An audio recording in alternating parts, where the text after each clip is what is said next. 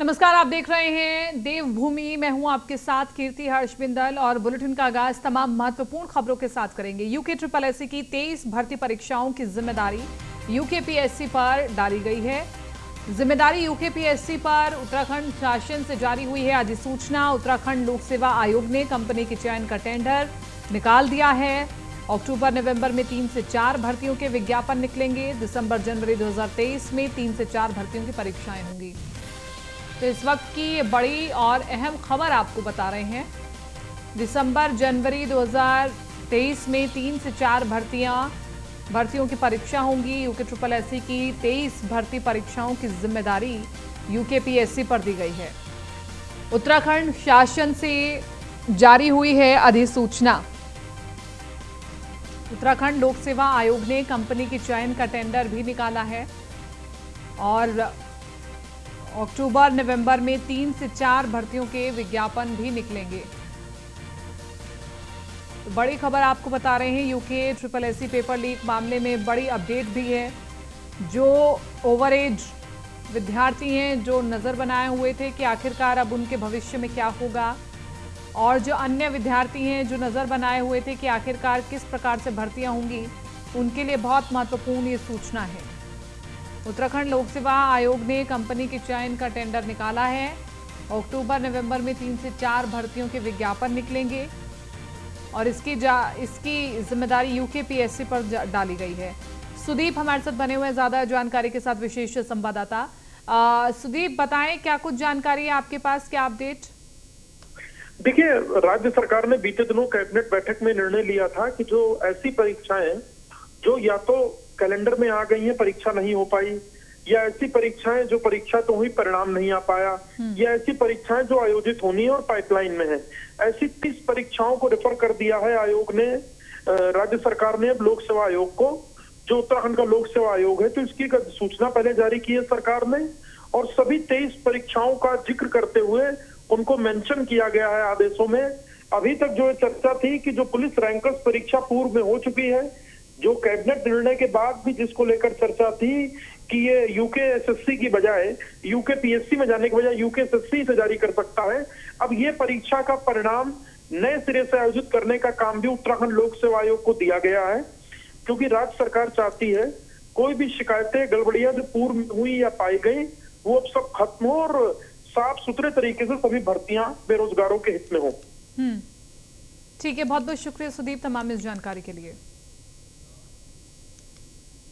आगे बढ़ रहे हैं, बात करें अगले महत्वपूर्ण खबर की। देहरादून कैंट बोर्ड के 2 अधिकारी कर्मचारी गिरफ्तार हुए हैं। सीबीआई टीम ने दोनों की गिरफ्तारी की है। नक्शे के एवज में मांग रहे थे 25,000 की रिश्वत। दोनों आरोपियों से सीबीआई की टीम पूछताछ कर रही है। देहरादून में सीबीआई ने गढ़ी कैंट बोर्ड से 2 अधिकारी और कर्मचारी को रिश्वत लेने के आरोप में गिरफ्तार किया है। दोनों कर्मचारियों ने नक्शे के एवज में 25,000 रुपए की रिश्वत मांगी थी। सीबीआई ने कैंट बोर्ड में कार्यरत एलडीसी रमन कुमार अग्रवाल को गिरफ्तार किया। वहीं कैंट कार्यालय अधीक्षक शैलेंद्र कुमार को भी सीबीआई ने हिरासत में लिया है।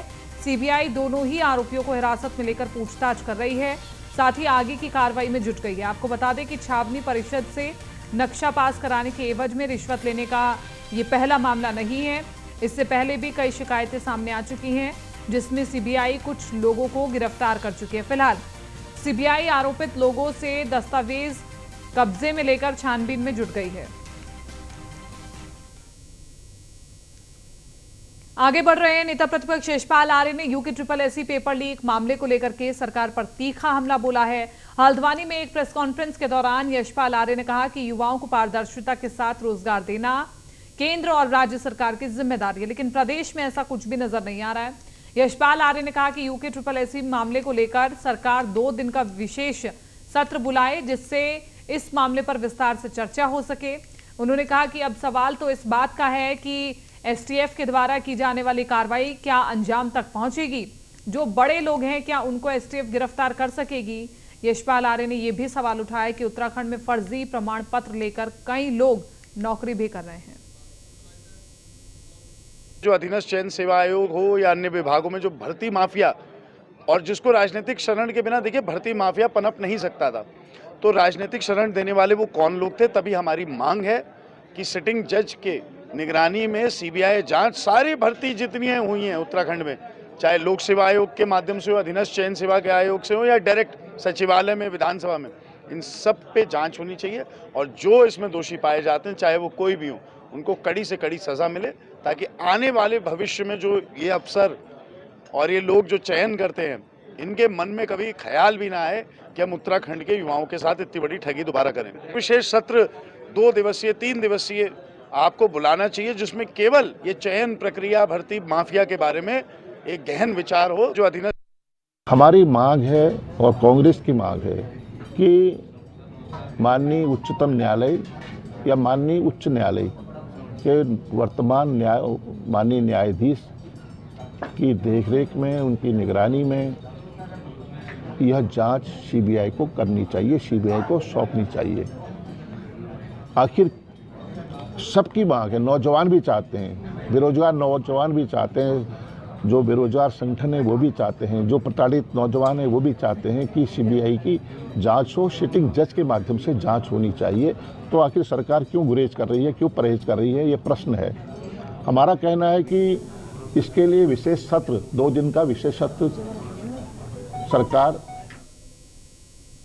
विधानसभा में बैकडोर भर्ती मामले में गठित कमेटी को लेकर कांग्रेस प्रदेश अध्यक्ष करण माहरा ने बयान जारी करते हुए कहा है कि वो इस कमेटी से संतुष्ट नहीं है। करण माहरा ने कहा है कि विधानसभा एक संवैधानिक संस्था है। उन्होंने कहा कि विधानसभा के मामलों पर या तो विधानसभा हस्तक्षेप कर सकती है या फिर सुप्रीम कोर्ट या हाई कोर्ट हस्तक्षेप कर सकता है।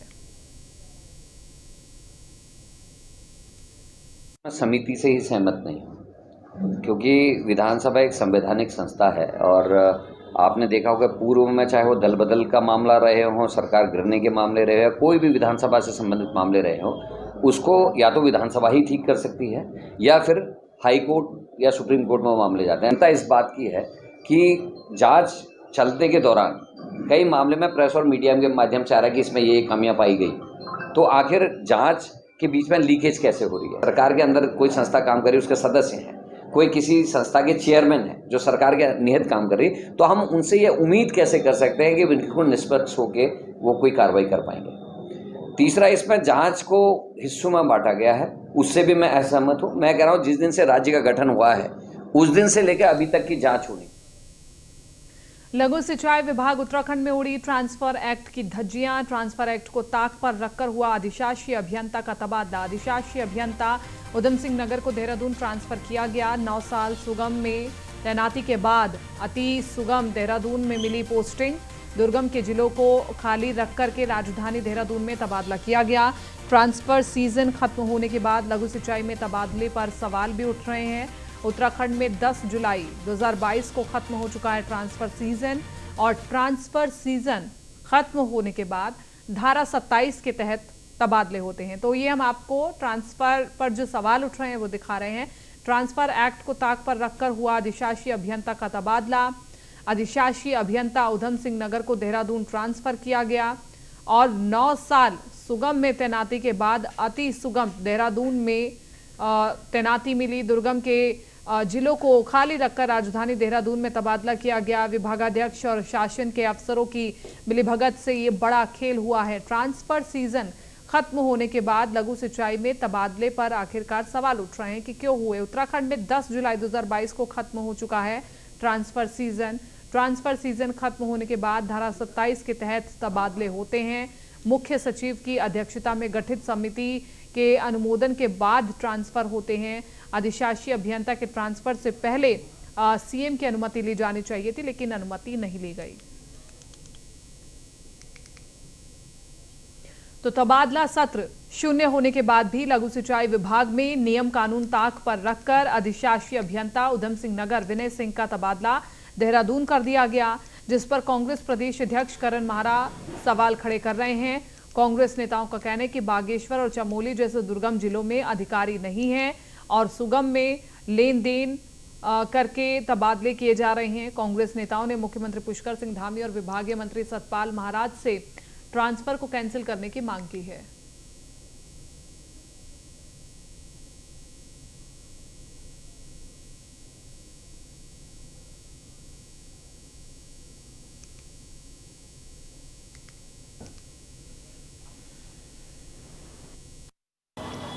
सरकार है या नहीं है समझ में नहीं आ रहा, क्योंकि मुख्यमंत्री कहते हैं कि इस समय लोग अपने दफ्तरों को ना छोड़ें, बरसात का मौसम है, और एक मंत्री जो है बरेली आने के लिए लोगों को जिद करती हैं। दूसरी तरफ फिर मुख्यमंत्री और सरकार की तरफ से आता है कि मिड टर्म है और तबादलों का समय ख़त्म हो चुका है, इस समय किसी के तबादले नहीं किए जाने, और वैसे भी अमूमन बरसात के मौसम में तबादले नहीं किए जाते।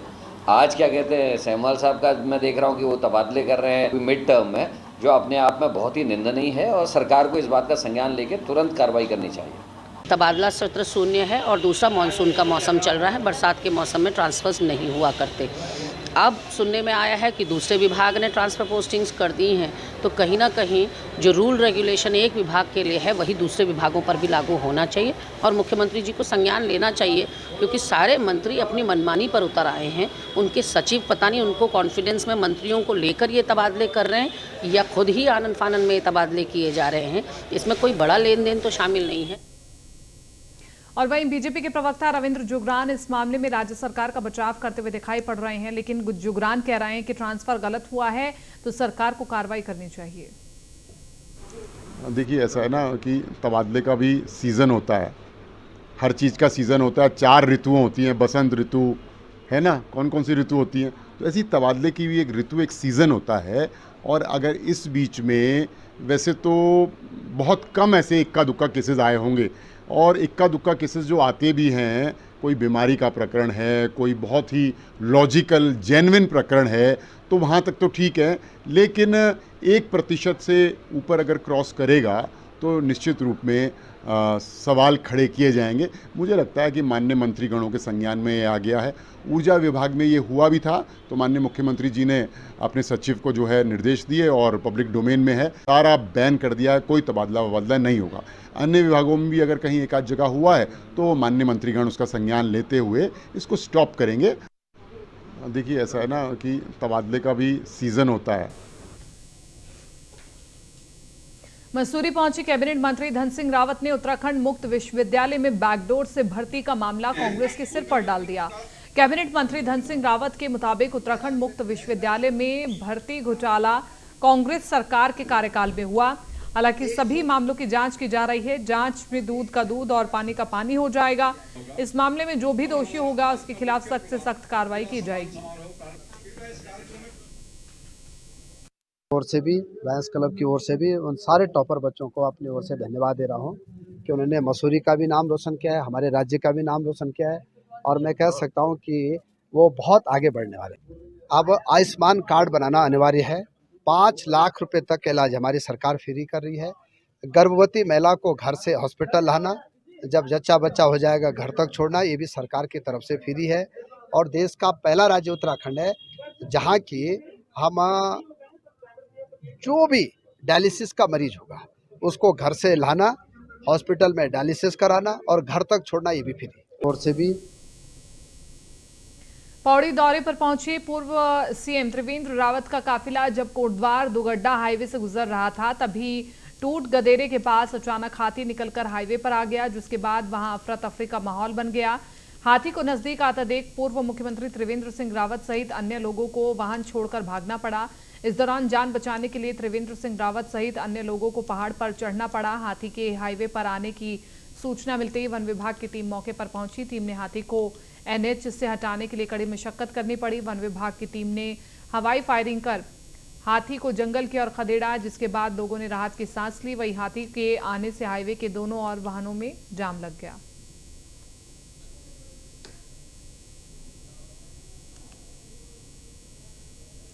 उत्तराखंड वक्फ बोर्ड ने वक्फ की संपत्तियों को लेकर अब सख्ती बरतना शुरू कर दिया है। बोर्ड के अध्यक्ष शादाब शम्स ने कहा कि बहुत सी ऐसी संपत्तियां हैं जिन पर अवैध रूप से कब्जा है और वक्फ बोर्ड की संपत्तियों की जांच कर उनके सभी आंकड़े एकत्रित किए जा रहे हैं। वक्फ बोर्ड की सभी संपत्तियों से अवैध कब्जों को हटा लिया जाएगा। बोर्ड के अध्यक्ष शादाब शम्स ने कहा कि सभी मदरसों और बोर्ड की संपत्तियों को जो वक्फ बोर्ड में शामिल नहीं है उनको जल्द से जल्द शामिल कराया जाएगा। वक्फ बोर्ड के अध्यक्ष शादाब शम्स ने सभी मदरसों के संचालनकर्ताओं को कहा है कि वो जल्द से जल्द उत्तराखंड मदरसा बोर्ड में उनका रजिस्ट्रेशन करा लें, या फिर वक्फ बोर्ड में इसके साथ साथ सभी मदरसों की जांच की जाएगी।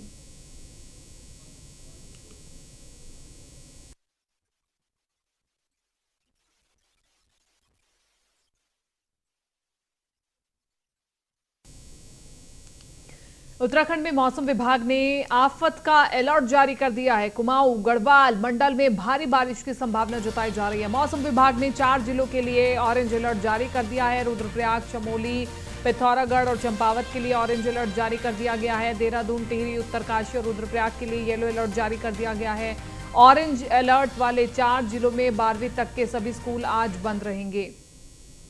तो तस्वीरें हम आपको दिखा रहे हैं। मैं थोड़ी सी बारिश में आप देखिए कि सड़कें तालाब में तब्दील हो गई हैं। पहाड़ी इलाकों में काफ़ी ज़्यादा परेशानियों का सामना करना पड़ रहा है। अल्मोड़ा में मौसम विभाग की भविष्यवाणी सच साबित हुई है। यहाँ तेज हवाओं के साथ ही मूसलाधार बारिश हुई। लगातार बारिश से जिले के कई मार्ग बंद हो गए। जिलाधिकारी वंदना ने जनता से अपील की है कि जब तक सब कुछ सामान्य नहीं हो जाता तभी घर से बाहर निकलें। पहाड़ों की रानी मसूरी में लगातार हो रही बारिश से जनजीवन अस्त व्यस्त हो गया है। बारिश होने से तापमान में भी भारी गिरावट दर्ज की गई है। मसूरी छावनी परिषद में आईटीएम के करीब शिव मंदिर के पास बिजली गिरने से एक पेड़ क्षतिग्रस्त हो गया, जिसकी चपेट में आने से एक कार भी क्षतिग्रस्त हो गई है। बताया जा रहा है कि तेज बारिश के साथ बिजली छावनी परिषद आईडीएम के पास के पेड़ पर गिरी, जिससे पेड़ के 2 हिस्से हो गए। पेड़ का एक हिस्सा टूटकर एक मकान पर जा गिरा, जिसकी चपेट में एक मारुति कार आ गई, जो बुरी तरह से क्षतिग्रस्त हो गई है। ये देखिए, ये आईटीएम का इलाका है और यहाँ कल बिजली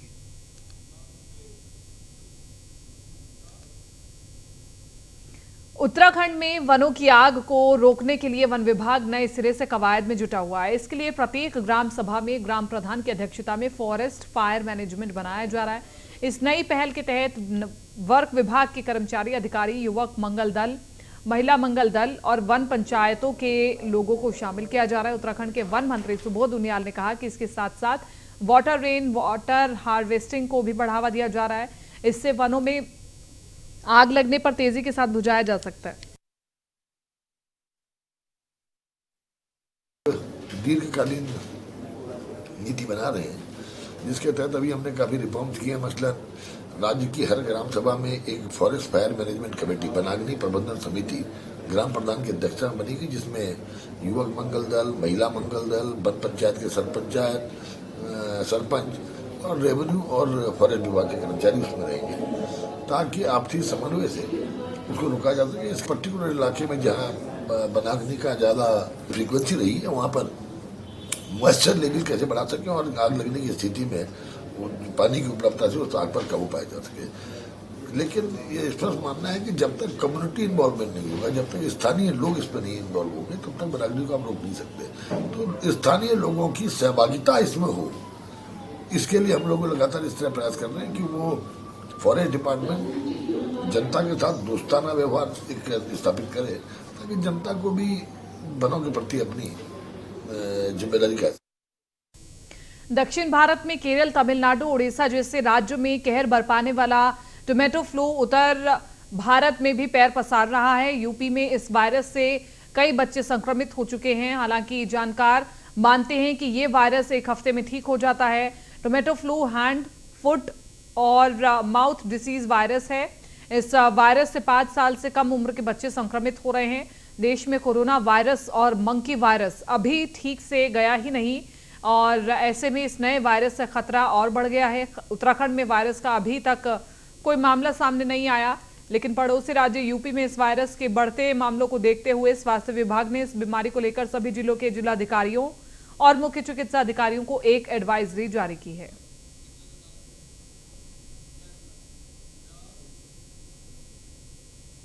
चलिए आप देखते हैं उत्तराखंड की खबरें फटाफट अंदाज में।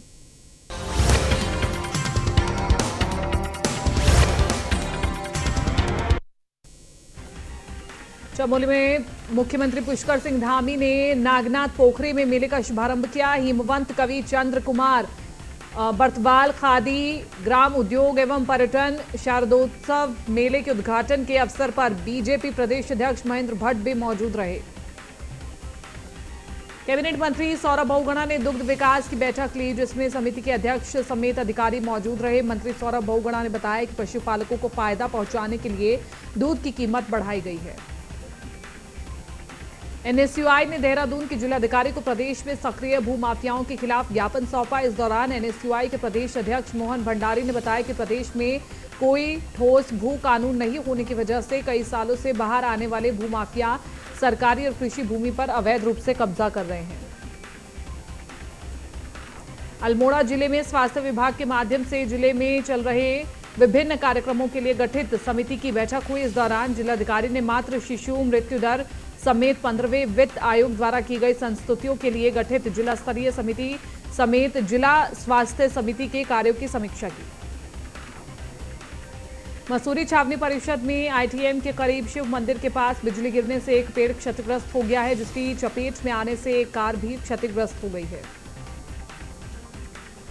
वर्ल्ड विजन इंडिया संस्था ने पौड़ी के बुआखाल में अपने सहयोगियों के साथ एक बैठक का आयोजन किया। इस बैठक में संस्था द्वारा बच्चों को लिए जाने वाले कार्यों के बारे में बताया। लक्सर में त्रिस्तरीय पंचायत चुनाव के मद्देनजर पुलिस एक्शन के मोड में नजर आ रही है। पुलिस उपाधीक्षक ने क्षेत्र के पुलिस प्रभारियों को निर्देश जारी किए हैं। ऋषिकेश पुलिस ने 5 आरोपियों को यूनिपोल चोरी करते हुए रंगे हाथों गिरफ्तार किया। मामले में पुलिस ने सभी आरोपियों के खिलाफ मुकदमा दर्ज कर लिया है। सितारगंज पुलिस ने बीते 13 जुलाई को फ्यूजन माइक्रो कंपनी के कलेक्शन एजेंट से लूट करने वाले फरार चल रहे पति पत्नी को पुलिस ने तलियारपुर गांव के पास से गिरफ्तार कर लिया है। देहरादून में एसपी यातायात ने पार्किंग स्थलों का निरीक्षण करते हुए हिदायत भी दी है कि पार्किंग के नाम पर सड़कों का इस्तेमाल नहीं किया जाए।